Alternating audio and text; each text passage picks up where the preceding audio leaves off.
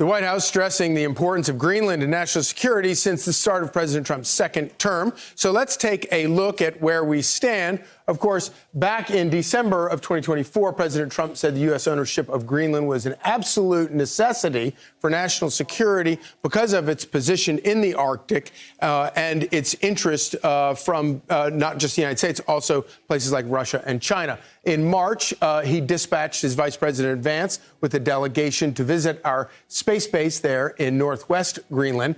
In December, President Trump tapped Governor Jeff Landry from Louisiana to be the special envoy to Greenland. In January, Denmark and Greenland's envoys met U.S. officials to oppose President Trump's plan for acquiring Greenland. And later in that month, NATO allies sent troops to Greenland for their Arctic exercises, which I don't think worked out exactly the way NATO allies had expected. My trip was great, except I could not get Fox News there, so that was the only disappointing part.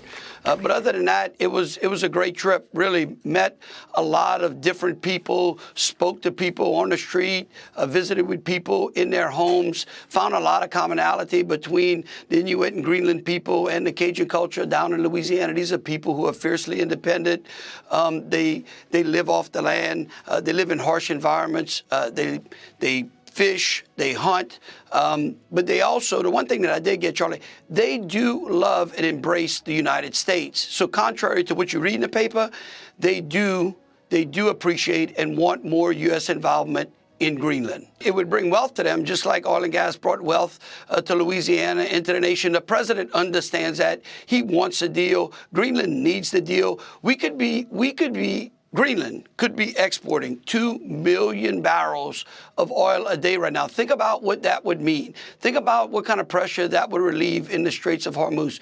Think about what kind of leverage that would give the Western Hemisphere and America. Think about the help that that would give to Europe right now. And so right now, literally, we could have those barrels on production within 10 months or so. They talked about the mining interests. You talk about rare earths. There's a gallium. They believe there's a gallium find there. Those are things that could help the supply chain in the refineries, in the processes that we have in Louisiana. The president is the only president in the last 30 or 40 years to actually care about doing something and putting Greenland on the map.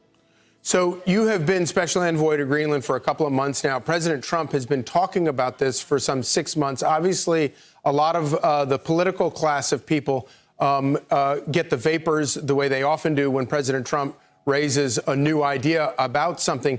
Do you get any sense that there are political leaders either in Northern Europe or in NATO or in Greenland who are maybe warming to the idea of what President Trump is talking about?